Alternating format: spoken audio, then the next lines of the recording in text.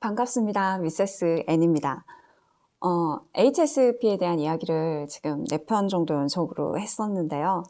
민감함에 대한 또 다른 기준이 있어요. 바로 초민감자, 엠패스입니다.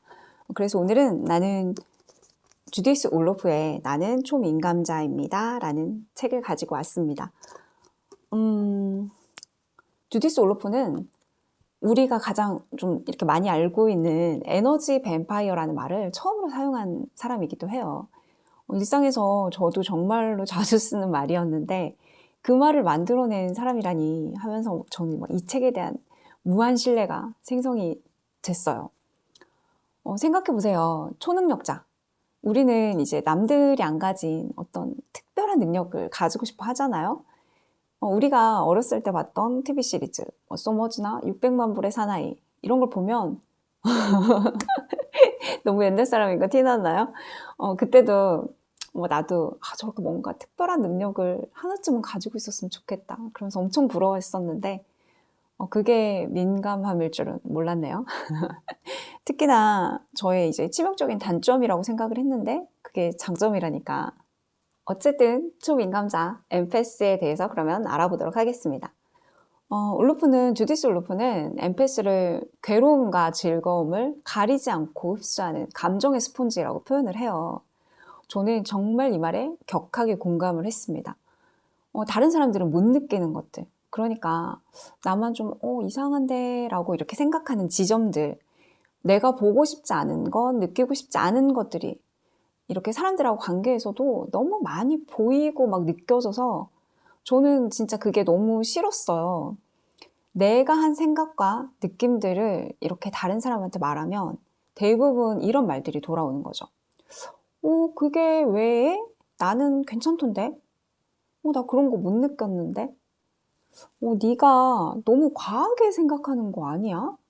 이런 식의 말들인 거죠.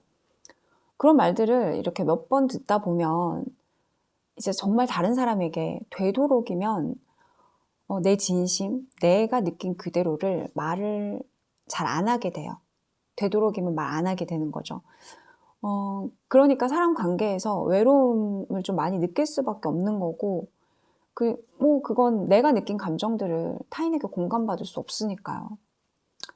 울로프는 지금은 이제 이렇게 명망 있는 의사로 활동을 하고 있지만, 너무 민감했던 그녀는 10대 시절에 이런 민감성을 떨쳐버리려고 약물에 의존했던 적이 실제로 있었고요. 목숨이 이제 위험할 뻔한 일들을 겪으면서 부모님들이 이제 깜짝 놀라서 손에 이끌려가지고 정신과 상담을 시작하게 되죠. 이렇게 병원에 가면 사실 이렇게 나더러 이상하다고 하는데 막 내 단점들, 치부 이런 것들을 다 민낯으로 드러내면서 병원에 가는 게 좀 쉽지가 않은 일이기도 하고 치료도 망설이게 되는 게 사실이에요. 외국 의사들은 우리가 이제 영화 같은 데서 보는 것처럼 그렇게 긴 시간 끈기 있게 이렇게 잘 상담을 해주시는지, 그런 따뜻한 분위기에서 해주시는지는 잘 모르겠어요.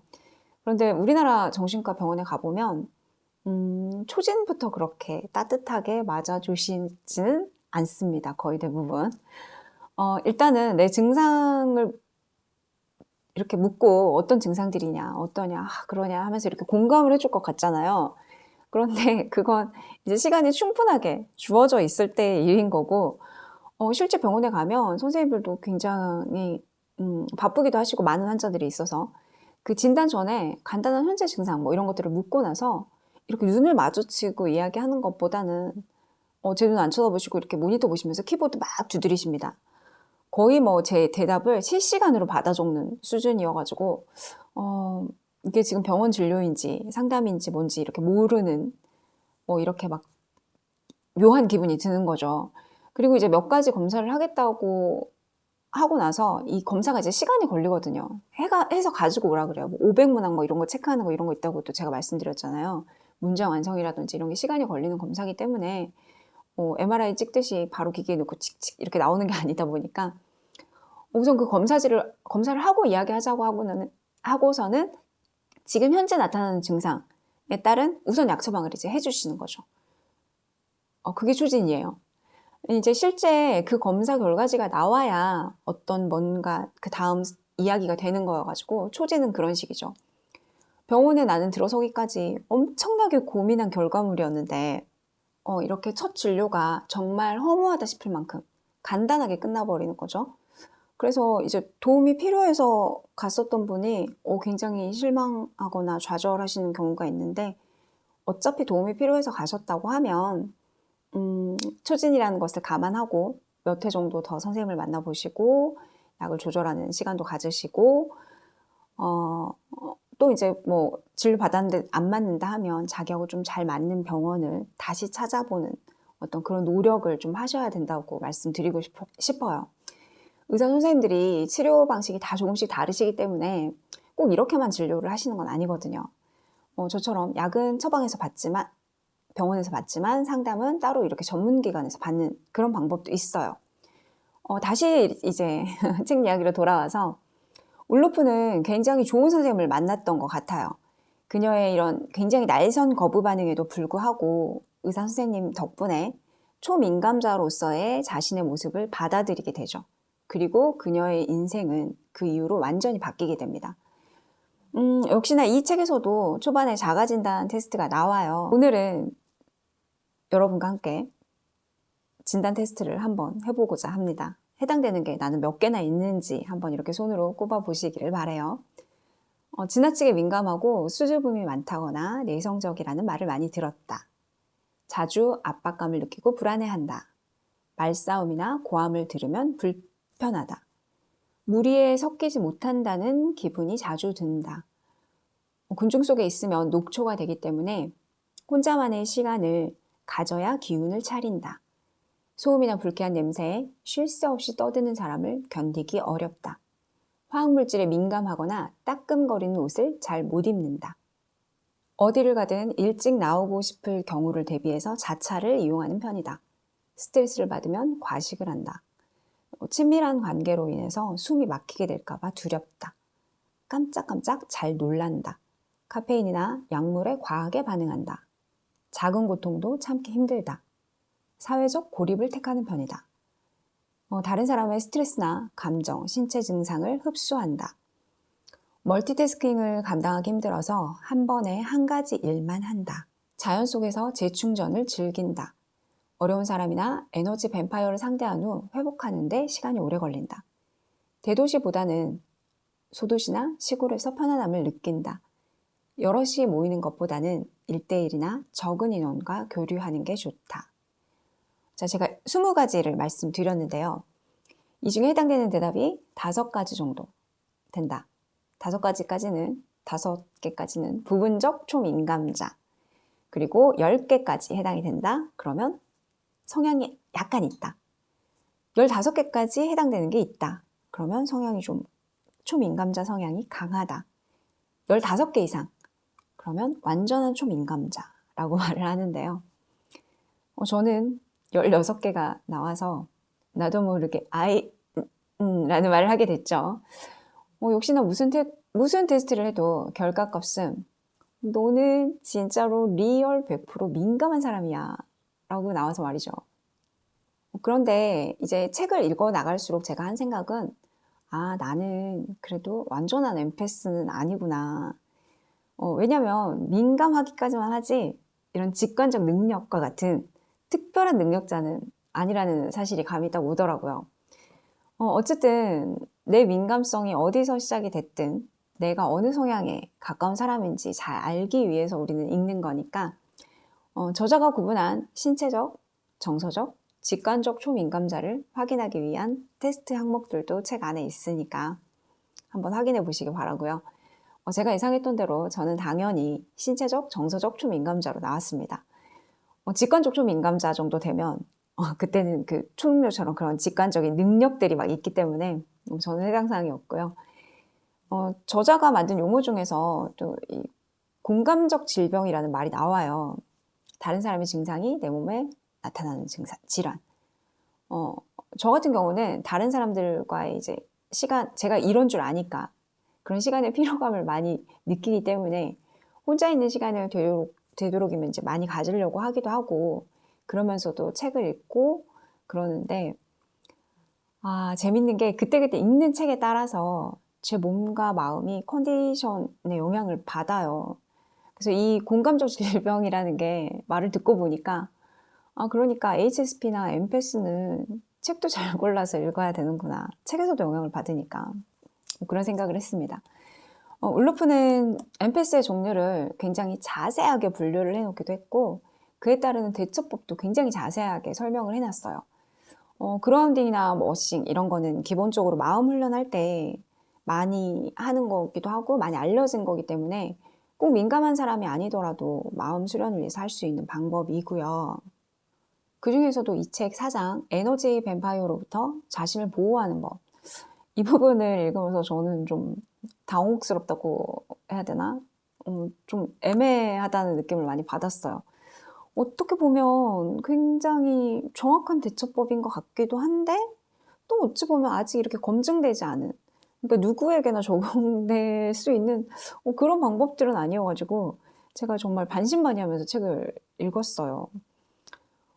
먼저 이제 그럼 이렇게 나의 에너지를 쏙쏙 빨아가는 그런 에너지 뱀파이어는 어떤 사람들이냐? 7가지로 나누는데요.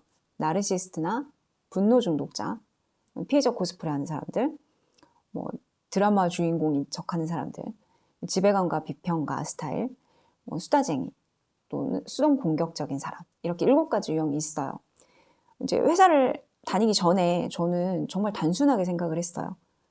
그런 이상한 사람들 만나면 그냥 관계를 끊으면 되지, 안 보면 되지 라고 생각을 했는데 제가 회사 인간이 돼보니까 알겠더라고요. 내가 나가든지 네가 나가든지 뭐 하여튼 이렇게 뭔가 극단적인 조치가 취해지기 전까지는 물리적 거리를 둔다는 것 자체가 굉장히 어렵다는 걸 말이죠. 이런 에너지 뱀파이어는 안 만나는 게 진짜 최고지만 꼭 반드시 내가 속한 곳에 한두 명씩은 이런 유형의 사람들이 있습니다.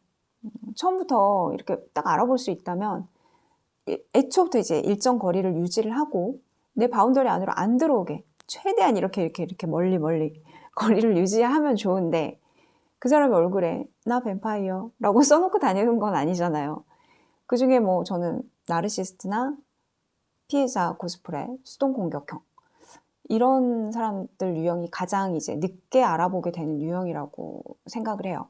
그리고 이미 알아봤을 때는 내가 이미 에너지를 너무 많이 빨려가지고 기가 빨려서 에너지가 완전 소모된 그런 상태로가 됐어야 알아보는, 그렇게 뒤늦게 알아보게 되는 경우라고 생각을 해요. 말 그대로 이제 내상이 정말 엄청 큰 거죠. 역시나 저자는 에너지 뱀파이어 전문가이기 때문에 각 케이스별로 자신을 지키는 법을 굉장히 자세하게 설명을 하고 있습니다. 뭐 각각 이제 방식은 그 사람별로 다 대처법은 다르지만 기본적으로 공통적으로 지켜야 되는 게 스스로 경계를 잘 지키고 있어야 하고 내 경계를 내가 잘 지켜내고 있어야 하고 내 자존감을 잘 유지하고 있어야 가능한 일들이에요. 울루프는 이런 피곤한 관계들에서 오는 것들을 감정의 숙취라는 표현을 써요. 정말 용어 선택이 탁월하지 않나요? 술 마시고 난 뒤에 숙취보다 더 지독한 게 바로 사람들과의 관계에서 오는 감정의 숙취라고 생각을 해요. 저자가 이것도 물론 이렇게 숙취가 있을 때 어떻게 풀어야 되는지 처방이 나옵니다. 샤워 명상, 천연석을 활용해라, 향을 피워라, 음이온 발생기를 두어라, 하얀 초를 켠다, 자연으로 나가봐라, 정서적 지지자를 만나라. 와, 이 부분을 읽으면서 제가 한 생각은 이게 뭐지? 이거 무속신앙도 아니고 뭐 천연석하고 음이온 발생기 이건 뭐야? 이건 뭐지? 이렇게 생각을 했는데 다 읽고 나서 이렇게 다시 생각을 해보니까 그건 이렇게 하나의 의례적인 거구나 라는 생각을 하게 됐어요.